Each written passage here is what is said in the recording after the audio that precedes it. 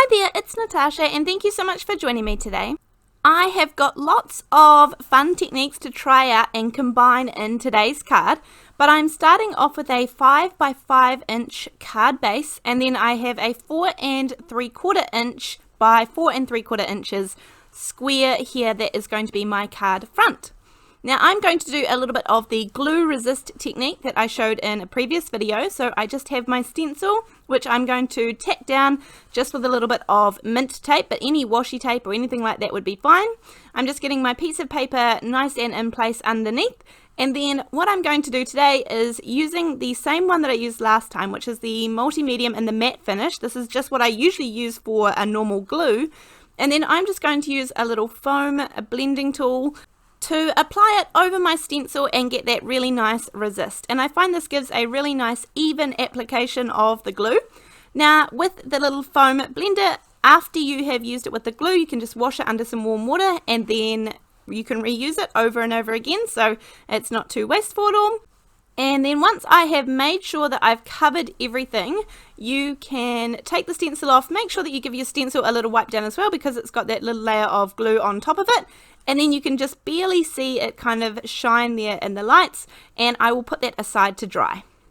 Now this is the large sunflower. This is a red rubber stamp, which I so have loved this one. I've got a few cards coming up using this. I've used it over and over again.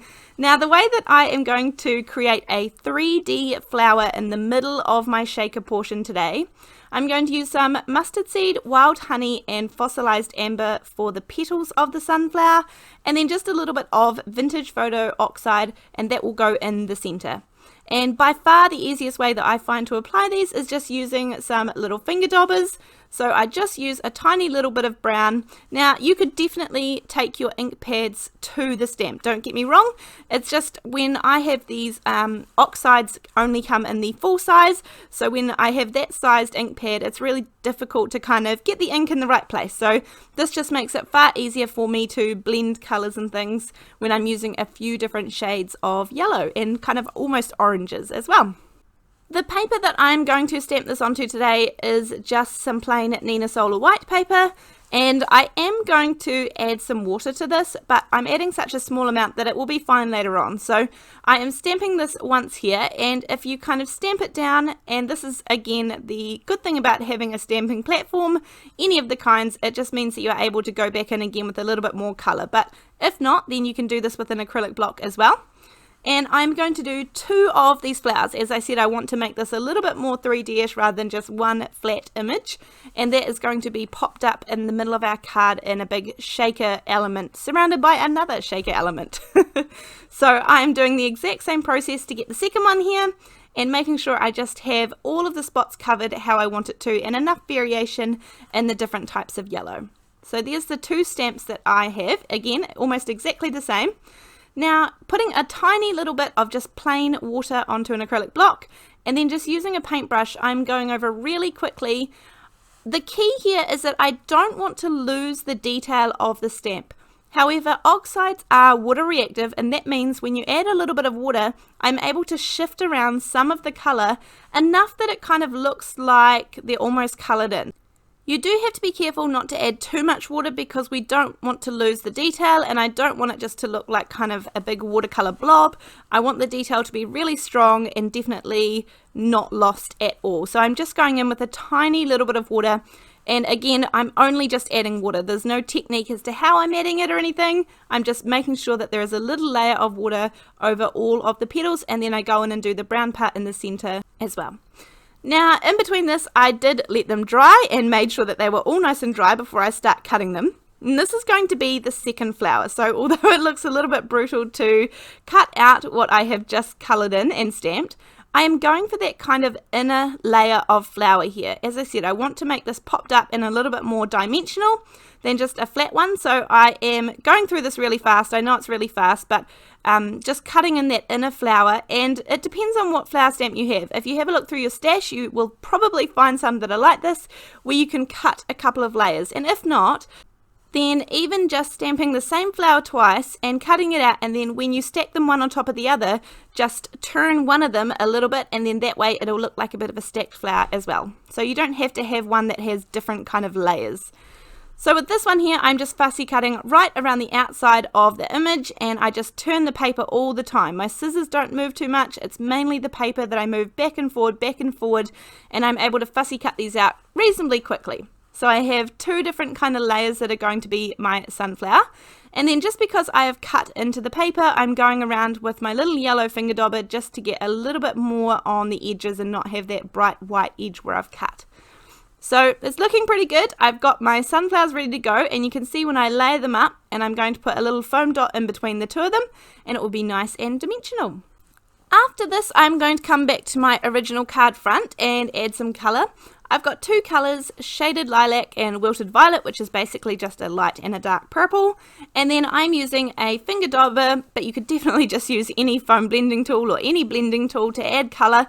And this way is really cool because you kind of get the exact same pattern as the stencil rather than the opposite of the stencil. So that's why I like doing this glue resist, but you definitely don't have to. If you want to skip the step, and you can see here, when I put the stencil down, you get the exact same as the stencil. But if not, and you want to skip this step, then just put the stencil down and add the colour right in the very beginning. But I definitely kind of look at some stencils and think, yeah, I really like the stencil pattern, but then when I stencil through it, you kind of get the opposite, and it's not quite what I was anticipating. So this is a good way that I have found to go about getting exactly what the stencil is. And that often happens with flower stencils and things. I really like doing that with those. Now, to make my shaker portions, I'm using some cream cardstock. You can see the difference there between the white and the cream.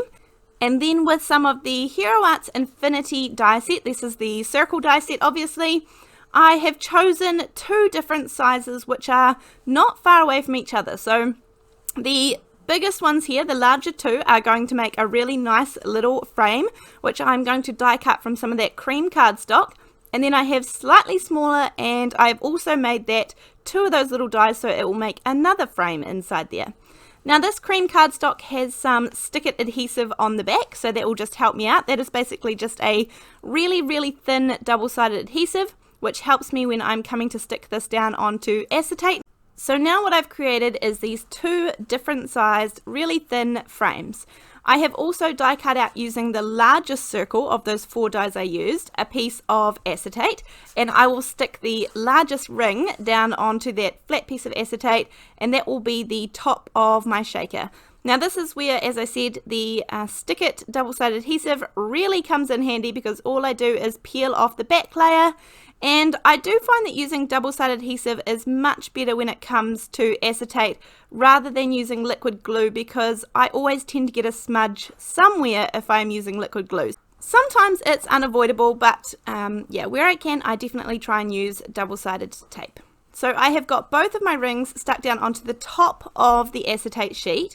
Then I'm taking some of this really nice thin foam tape. So this is half a centimetre or 5 millimeters wide, so that means that when I cut it in half with a really good pair of non-stick scissors, these are the largest Tim Holtz ones, then this creates a really nice thin piece of foam tape where I will create my double shaker window for my sunflower.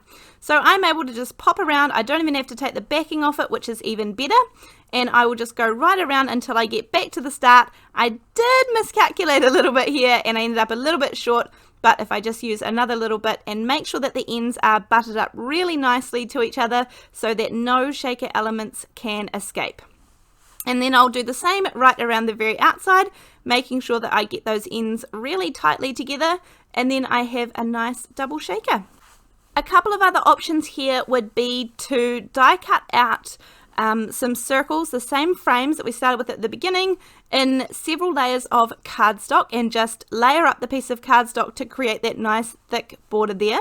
Or you could try it, I haven't, but you could try using the 2 thin frames that we made at the very beginning with a piece of foam, like fun foam, and maybe have stick-it adhesive on the back of that already, and then you would be able to try and die cut that. So a couple of different options.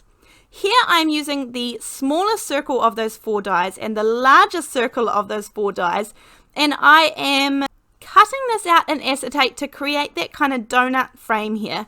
Now I am going to add in some shaker elements here. Again, use whatever you have in your stash, whether you have like little caviar beads or bigger gems. Just make sure obviously that they are small enough that they're going to be able to shake around or move around.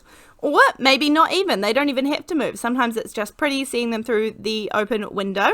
But I wanted to have two different colors here, so I'm going with a kind of, it's like a purpley blue color that will go nicely with the light purple that we used on our background. Now the reason that I cut that extra donut acetate circle there is because this would be too hard to line up and then add my backing to it. So I kind of have to do it in two steps.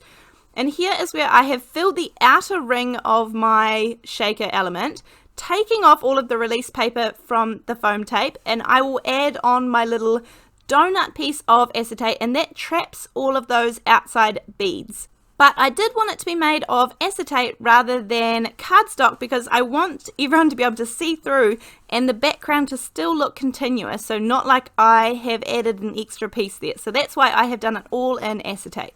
So the whole front is covered in acetate, and then only the donut piece at the back has acetate covering the back. So now is when I'm going to layer up my sunflower, and I am just putting this whole card together now, so we are nearly done.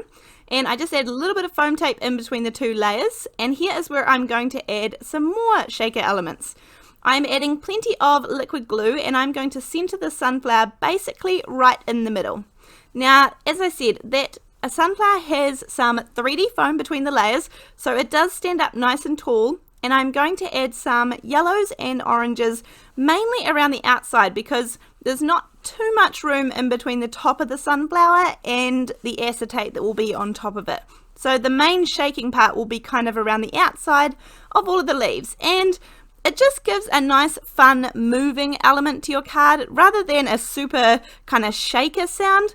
It just gives a really nice moving element, I would say. I'm adding a little bit of liquid glue here and then popping it down. I'm going to hold it down until it's nice and dry. Now I have my card base here, and I have the Altenew Say It With Love stamp set. These are full of different sentiments that usually could go in the middle of cards.